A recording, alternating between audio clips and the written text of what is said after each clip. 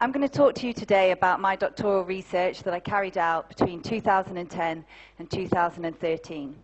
And the focus of this research was on professional identity. I became fascinated with how I perceived my sense of self from the moment I qualified as a social worker and I went into child protection practice. And that fascination probably developed because working in different organisations and being situated in different teams, I became aware that I started to think differently depending on the location that I was situated in. So this was the focus of my research. And I wanted to use ethnography, which is a method where you can use participant observation, interviews, and document analysis. And so I chose the agency that I was already working for because it was ideally situated because I was there and I could observe which was going on around me. But there's also a risk with that because once you're immersed in the setting already, you've already got a number of subjective views. So I wanted to go somewhere where I could gain an objective view of the place where I already worked.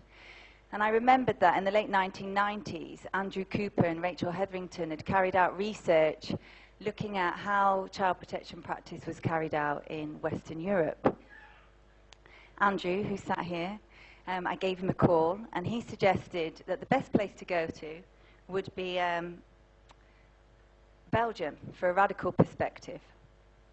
So I gave them a ring, and they welcomed me with open arms.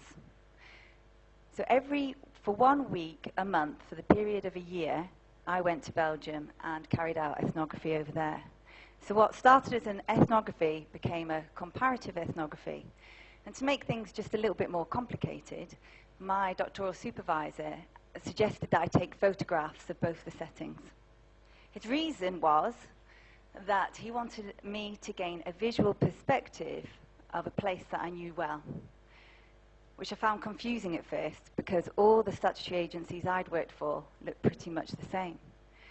But once I went to Belgium, I realised just what he was talking about. So the presentation that I'm going to talk to you about today has two parts. I'm going to take you on a visual tour of the agency in England, and then I'm going to conclude that part thinking about how space and environment, plus thinking about the wider context, can affect the way we see ourselves as professionals and affect our decision-making and our practice. And then I'm going to fly you to Belgium and take you on a visual tour of the Flemish agency over there. Okay? Let me just pick this up.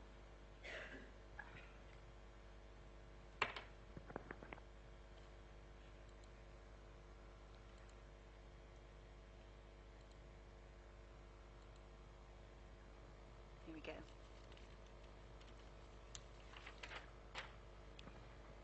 So this is the picture of the agency, which I'm going to call the Dimes Ash Department. And this building was once a former primary school. And the reason why this building was chosen by our assistant director was so that all 4 teams from across the borough could be together in one place, which she thought would enhance collaboration and communication between the teams. But it was also a cost-saving exercise, because by having everyone in one place, then she didn't have to fund 4 buildings. And also, you can't really see it here, but around the building there was lots of car parking. And as you well know, social work is a trade where social workers spend a lot of time visiting children and families. So this was a very practical decision. What you can't see on this picture is that I've removed for confidentiality reasons, was that there was a big sign in front of the school which said Children and Families Agency this way. Now the reason this sign was there was not for malicious reasons, but pragmatic reasons, so that anyone coming to the centre for the very first time would be able to find it. But what no one really thought about, and I hadn't either before I started taking photos, was that all the neighbours in the area could see the children and families that were coming to the building, those that weren't in formal dress, and possibly identify that those are the families which social workers have a concern about. Now, Irving Goffman has said that the subjective experience of social hurt can create shame and stigma. And without realising, we were already stigmatising children and families before they'd walked in the door. To make matters more accentuated, When they got to the door of the building, they couldn't enter freely. Only people who worked in the building had a fob. Families had to press a bell, and the receptionist would invite them in. Okay, so this is the foyer that they would find once they walked into the building. And as you can see, it's like any other foyer, I imagine, in any other statutory agency. And the receptionist would be sat behind, what you can't see so well, a glass window. Now, coming in and out every day, it never occurred to me that this could have been a barrier that prevented us from building relationships with children and families. But when I was taking photos, I asked the receptionist, you know, why are you sat behind a glass window? And she said, well, it makes me feel safe. I think it's been put here to make me feel safe. But she also realized that there had never been a moment when she'd not felt safe, when the glass window wasn't there. There had been never an incident when there had been aggression from parents. Although she recognized there could be, it hadn't actually happened. Now, I've been to an agency recently, in fact a couple of agencies, and which also have receptionists sat behind glass windows. What they also have are toilets which parents can't even enter. They need a fob to get into the toilet in the foyer. Fortunately, our agency didn't have that at this stage. But what they did have was a meeting room in the foyer, because parents and children couldn't come into the main part of the building. We would come out to meet them in this room. I'll show you now. In the playroom meeting room, which, as you can see, quite a comfortable room. There's some toys out for children. There's a telly there. I don't know why, because the telly wasn't plugged in. It had no wires. But, you know, it was aesthetically pleasing. Perhaps children might be fascinated by this object. But what we signified was that there was a door that led to the main part of the building, and no children and families, children and parents could enter this part because of confidentiality. Behind this door were where social workers would sit and work, and where the computers were that would hold on to the information that we kept about children and families. And of interest, if a child or a parent wanted to access that information, they would have to formally request to do so. And that request could take up to 6 to 8 weeks to process. Okay? So we're really indicating from the moment that children and families even arrive at the building that there is a difference between us and them. And there is already an imbalance when it comes to power and control. So once again, only social workers could go past this bit with their fob, their security fob. And it would lead them to this corridor. Just a normal corridor, like I expect you've seen also. But I want you to take a visual picture of this corridor at the moment, because when I take you to Flanders, I'm going to remind you of this corridor in particular. So, corridor, beige walls. I think we put an IKEA picture up in between the two filing cabinets, you know, to break up the beige. And these filing cabinets were when we moved from paper file to computers. We stored the paper files in these metal cabinets. Okay? Here is the outside of one of the social work team's doors, which we've indicated social work team, just in case social workers got lost, I think, walking around the building. You know, they may find the team that they belong to.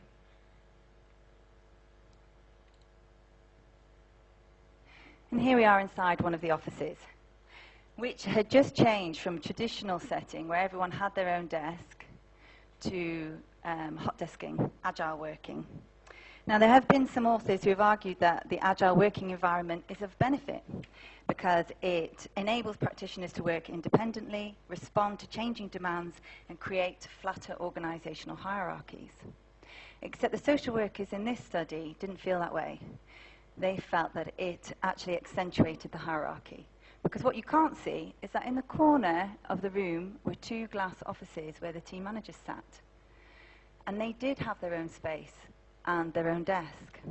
Okay? So social workers suddenly felt that they were feeling devalued, disrespected. And what we're starting to see is that the divides that we've been creating with children and families had somehow come into the agency, and they were becoming apparent within the teams. Now, understandably, agile working was supposed to be of benefit because there were so many teams and social workers in the agency at that time. But what we started to see was fragmentation amongst teams. yeah, and a real strong feeling of conflict developing. So why is it that we do this in our agencies, and why did this agency do it in particular? Well, I thought long and hard about it, and the main reason, I think it begins from 1973 and possibly Maria Colwell, is that we are situated, social work is situated in a culture of blame and fear. And I've got a picture here that you'll all be very familiar with, which I'm not going to go into too much detail. I'm sure Sharon will shortly. But it was very prevalent at the time. Now remember, this study began in 2010. Baby P had died in 2007. And although Baby P happened somewhere, in Haringey in London, very far away from my agency, it still had a ripple effect. And I think it knocked all agencies sideways, because our agency focused predominantly on young babies and children. No social worker wanted to see their name on the front of the paper, as Sharon Shoesmith and her team had to go through. But to make matters worse, in 2010, when this study began, the coalition government was elected. And we suddenly realised that the period we'd been in was what we then informally called the golden era. Because within 2 weeks of them being elected, we received information that we needed to make £5 million worth of cuts. This information was delivered to us by the Assistant Director in the shape of an email, saying that no more children were to come into care. Okay? Specifically, he was talking about teenagers and young people, not babies and younger children. The services that we'd been able to develop in the golden era were a sexual exploitation hub, and also a service that worked with families at the point of breakdown, when teenagers were proving to be more difficult for parents. So those two crucial services suddenly had to close. It also meant that agency staff went, and that meant that the permanent staff had more cases, so caseloads rose. This led to a lot of unhappy social workers who were already feeling fragmented and isolated, so there was a number of people leaving. And so the organisation experienced retention issues, and I think it was about to spiral into crisis, especially when 2 weeks later another email came announcing that we were due to have an unannounced Ofsted inspection. I've never understood that bit, the unannounced bit, when we all know they were coming. So we basically had 2 weeks to get ready. And the assistant director, in an interview, told me that he was really fearful of this time. He recognised that the ICS system had become a beast that needed to be fed. He realised that performance targets weren't being met, and he felt there was a fear that they were going to get an adequate, or worse still, inadequate rating, and the organisation would be put into special measures. So the organisation started to implode. And what this led to was an atmosphere of mistrust and suspicion. Everyone started to develop, although defensive techniques I think were always in place, they became more obvious, more explicit. As team managers were fearing for their job, just in case Ofsted would rate their team poorly, they started to make notes on case notes on children's files about what they'd expected their social workers to do. Social workers would then argue with their team manager on the case notes of children about what they weren't told that they needed to do, okay, to try and make it obvious to inspectors that it was no one's fault. No one wanted to be blamed for performance, but also if something were to go wrong, and there was a big feeling in the agency that we were going to have a baby P case as well. So this led to individualist approaches to practice. Rather than team and coactive approach to working, there was a coercive feeling within the agency. And as I just said, that them and us feeling, that narrative that was explicit on the outside of the agency entered the inside of the agency as everyone started to fight for survival. Okay?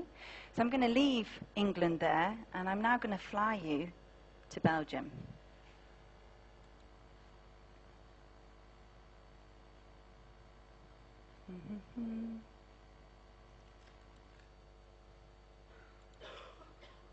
Okay. So I'm going to take you through the hierarchy, or the organisational hierarchy of the agency in Belgium. But just to give you a bit of context, when I got there, the organisation was also going through a period of change. I'll explain more as I go through. I've got to get this right so that I don't confuse you, because it's very, very different. So the agency was called Kindernood. It's also called the Vertrouwenscentrum for Kindermishandeling, but Kindernood is easier for you to remember. Kindernood means child in danger. And the Kindernood agency sits above the Kindergezin Welfare Service, Child and Family Welfare Service, okay? And this period of change was that up until this point, they'd always been relying on legislation that had been written primarily for Kindergezin workers. And they wanted their own legislation, which I'll explain to you in more detail as I go along. So, brief overview of the Flemish context. When you are living in Flanders and you have a child, you're immediately assigned a kindergezin worker, which is child and welfare kind of family nurse. And this kindergezin worker stays with you and your family up until the point your children go to school. There are several reasons for this. It's one, so that as a new parent, you can find out what you need to know about the services, but also you'll have that consistent support, professional support, guiding you along that way. So it's kind of like our health visitors here, except they just don't disappear after a few weeks, few months. They're there with you for good. Now, the child and family welfare nurse is also trained in social welfare issues. So if concerns start to arise around whatever issue that we may be concerned about, the child and family welfare nurse can attend to it and hopefully resolve it. So we've got early prevention there from the beginning. But also, and more importantly for the Flemish, is that they really do not want to stigmatise anyone who has a child and family welfare nurse. So they figure if everyone gets one, and there are concerns in that family, when that professional comes to visit the family, none of the neighbours will be thinking that they're known to children's services, because everyone's got one. Okay? So, if there are concerns, this is when the Child and Family Welfare Service will make the referral to the Kindernood agency. Okay? But the thing is, they don't leave the family once that referral is made. They stay with the family. They become the ears and eyes for the Kindernood agency. Okay? So I'll explain more about that in more detail. So now let's go into the agency. So every agency consists of about 10 people. There's a director who needs to be a psychiatrist or a paediatrician, although in one of the agencies there was a social worker as director. The assistant director has to be a social worker. And there's 6 of these agencies across the region of Flanders, and no agency can exist without a social worker present. Okay? And then we've got the practitioners. We've got social workers, orthopedagogues, psychologists, mental health nurse, educational pedagogues, and also child and family nurses present. Okay? A pedagogue, by the way, is a practitioner that deals with emotional, social development of a specific area. So orthopedagogue is learning disability, for example. Okay? And then you've got every agency has their own administrator, stroke secretary, who plays a crucial part. Now, the reason why I've got arrows going up and down is because the Kindernood also does the training for Kindergezin workers. So they train them in child protection so that they know what to look for when they're out and about doing their visits and supporting families.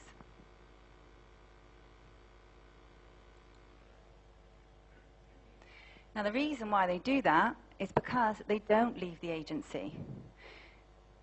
Children and families come to visit them, and this saves them a lot of time, because the more families that they can see in the agency, the less they're spending out on the road. And remember, child and family welfare nurses stay with that family, so they're the ones that will be visiting the family within the home. Okay? So these are the bikes that are opposite the agency, because the workers don't need cars. And they don't need car parking spaces. This is a picture of outside the agency. You know, bland, grey. It's actually 4 stories. And it's also a primary school, except it's an active primary school. And the reason why the agency chose this building is specifically because they wanted to blend in with their surroundings. So the first 2 floors are the primary school. And then that 3rd floor, and what you can't see is on the roof there's an annex. belonged to the Kinder Nude Agency. Can you see that little blue square by the door? That's the sign that shows people that they've come to the right place if they're going to the agency upstairs, okay? So the idea is that when children and families come in the morning to drop off their children, it's not going to be bizarre for when they come in and go upstairs to see the professionals that are seated up in the Kinder Nude Agency.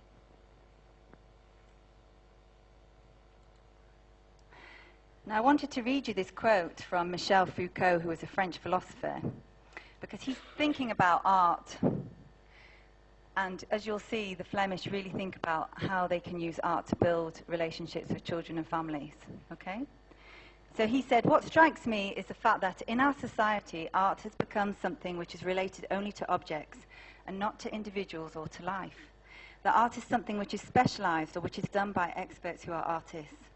But couldn't everyone's life become a work of art? Why should the lamp or the house be an art object, but not our life?" So as you walk in the agency, you need to walk up several flights of stairs to get to the Kinder Nude Agency. And what they did, when they realized that they had these blank corridors with grey walls, not beige walls, they asked a local artist to come, Bob Torf, and make it exciting, so that when children were going upstairs, that they would see it as part of an adventure.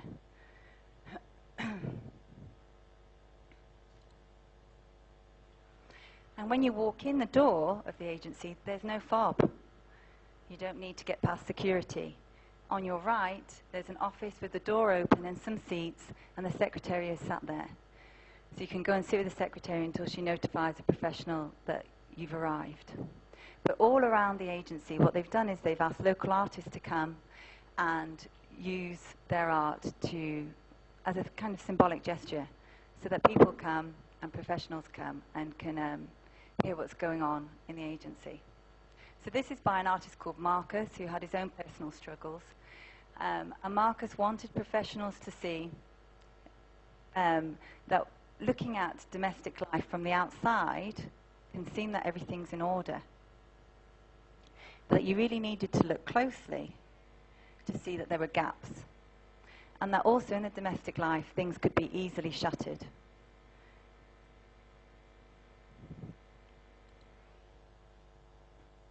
These poppies are also present on the corridor, and they're from an artist called Anita Heuben. And the director wanted Anita to come because the agency had received a number of referrals from Palestinian refugees, and their families were receiving a service from the agency. And then he came across Anita, who he realized was a former Palestinian refugee, and she was raising money or trying to get a campaign together to make people aware of the landmines that were still in place in Palestine. And she wanted to get money to fund rats to detect landmines. And he realized that although the families that were coming to the agency were coming because of child abuse concerns, he wanted them to realize they understood that where they were coming from was a difficult place as well. So here he created this. He wanted to show people coming to the agency that social justice is about fighting with the families that you're working with. But also it had another purpose, and that the other families who weren't Palestinian refugees and who would ask about these poppies would find out what struggles their immigrants that were coming to their country were having, which is very interesting given what's just happened in our country with Brexit and immigration, okay?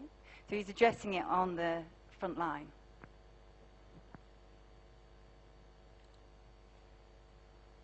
Here we've got a picture that was drawn for the agency, which they turned into a piece of art from one of the children that they'd been working with. So it wasn't just stuck up on a notice board, it was taken seriously and turned into something that could be regarded by other children that came to visit the agency. Now remember I told you about taking that mental picture of the agency in England with the beige corridor and the metal cabinets? I want you to think about that now while I describe to you what this is. So this is the corridor that leads down past all the professionals' offices. And as you can see, there's lots of wooden boxes here that look like mini coffins. And what they did was, when they were turning from paper to computers, they asked a local artist to come and condense all their paper cases into these boxes. And when you go past, and the tops have been shaved off, when you go past, you can look inside and you see squiggly writing, but you can't pull the file out. So it's there, firmly embedded. And the reason they've done this is because when families come for the first time and adults walk down that corridor and are worried about what's going to happen, they tell them, you're not alone. You're not alone. And they show them all the hundreds of people, all the cases, all the people that they've ever worked with to show that they too have received a service, and to identify that the agency is about support and seeing the family as a unit. It's about building connections and doing that through using symbolic gestures such as art.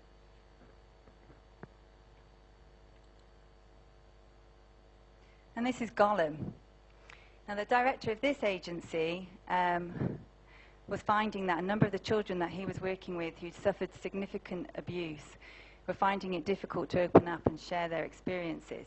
And he came across Gollum, which he had erected on the roof of the agency. And Gollum has a specific purpose, and that he's a friendly giant who's the holder of secrets.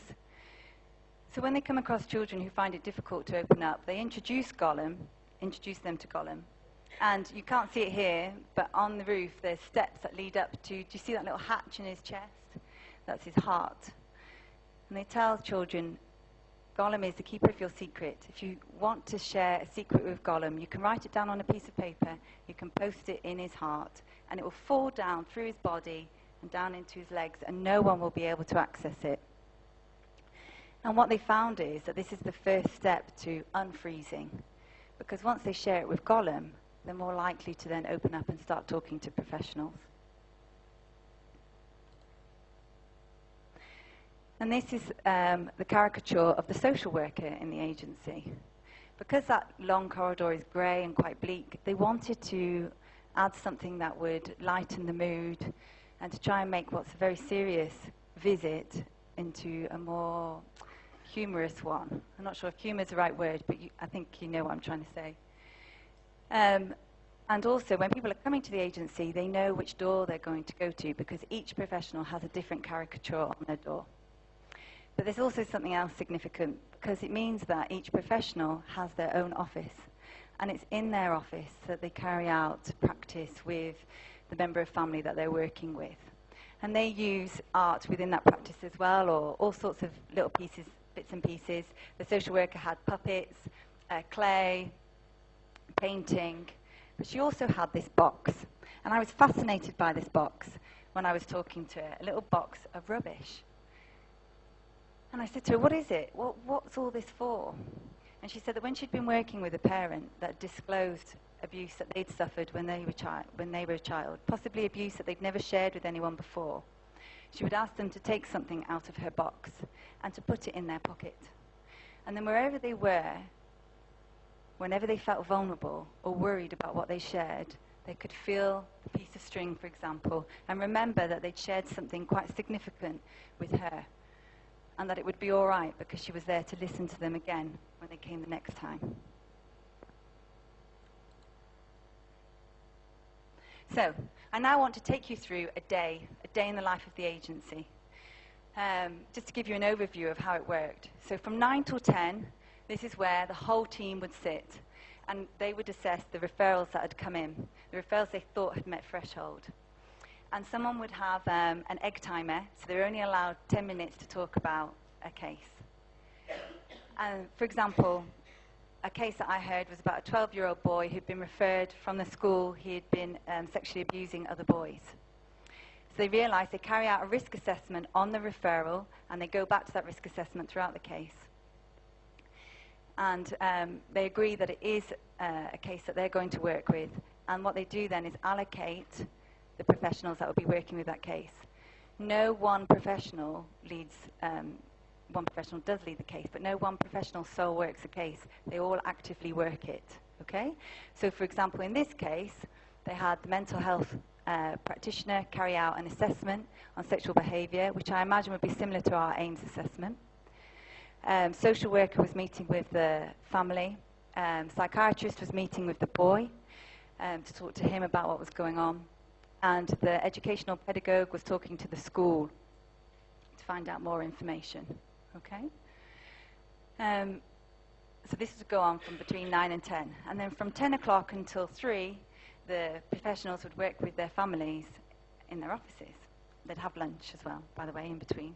And at 3 o'clock, they would come back in the afternoon, and they would then have meta-analysis sessions, they would call them. And this would involve the professional drawing a genogram on the board. So, with every case, one professional from that case would come and sit in front of the other professionals in the team and talk to them about the progress that they'd been making with the case, so that the other practitioners could critically analyse the work that had been carried out so far. So drawing from their discipline, they would be thinking about theory and research and saying, have you thought of this, have you thought of that? And what you've got there is not only joint working and collaboration, but you've also got an objective purpose or perspective and what the team that's working with the family has been doing. These sessions were really, really interesting. And one session that I observed was a social worker who he had filmed the work that he'd been doing with 2 young children, sisters. And he'd taken a film using that. Do you see up in the corner? There's a camera. And this is where practitioners, when they wanted to do work, therapeutic work with children, they could go and have the practice filmed and then share it with the rest of the agency. Okay, so he was talking to them about the experiences that the children had been through. And it clarified for the rest of the team just how serious the domestic violence was in that situation. And it enabled them to think about the case differently. Okay?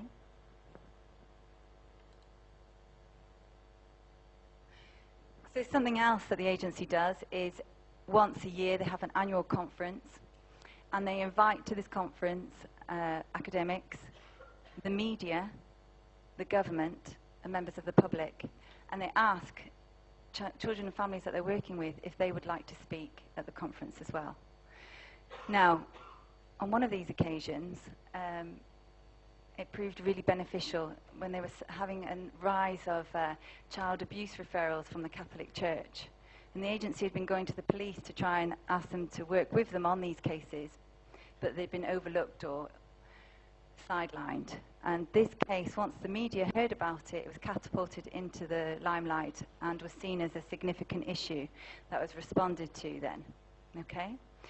So the director saw this as a real beneficial way of opening up the narrative, and it also opened up ways of learning from the children and families that they were working with what they were doing wrong. They see this form of critical analysis and critical discussion as a way of learning about their own practice. But it also does something else, because it prevents agencies on the outside of being suspicious of what's going on inside the agency. And they also produce annual reports, which are easily accessed on their website, and that's for members of the public to go on and see. It doesn't give details, names of the cases, but it shows the kind of cases that they're working with. So people can see peaks in different things that are emerging, different issues that are becoming prevalent. Okay?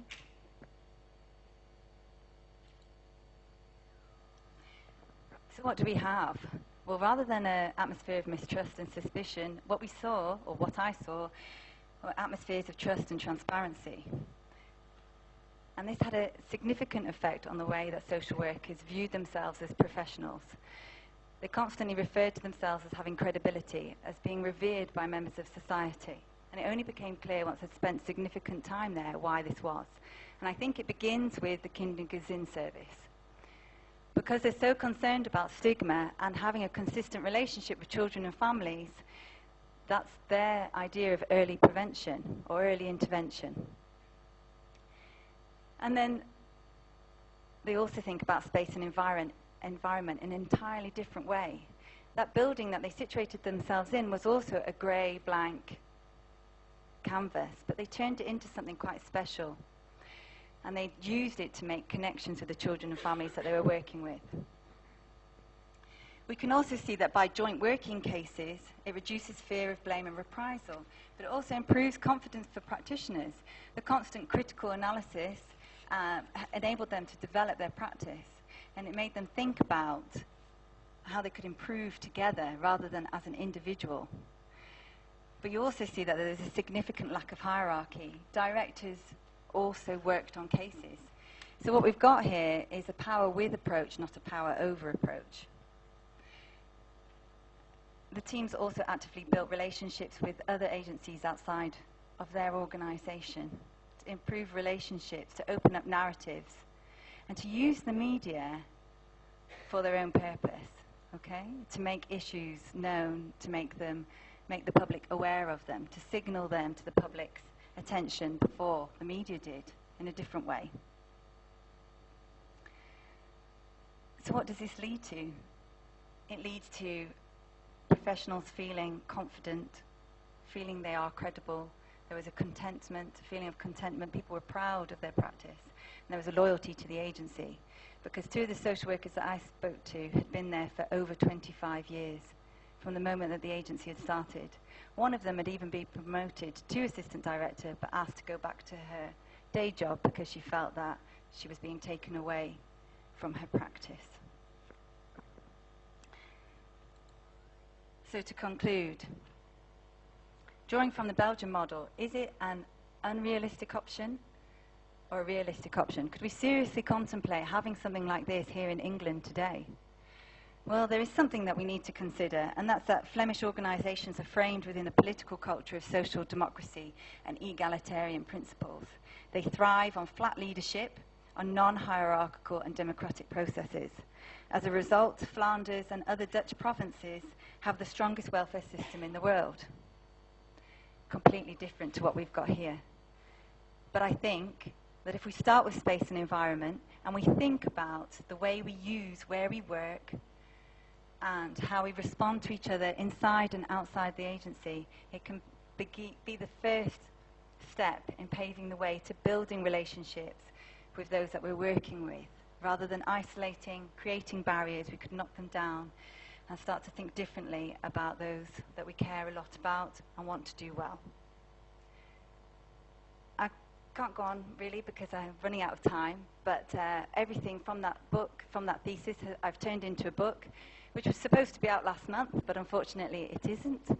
It should be out shortly though, and if you want to read more about it, then please do. And if you ever want to contact me to discuss it further, I'd be more than happy to come wherever you are and talk about it. Thank you for listening.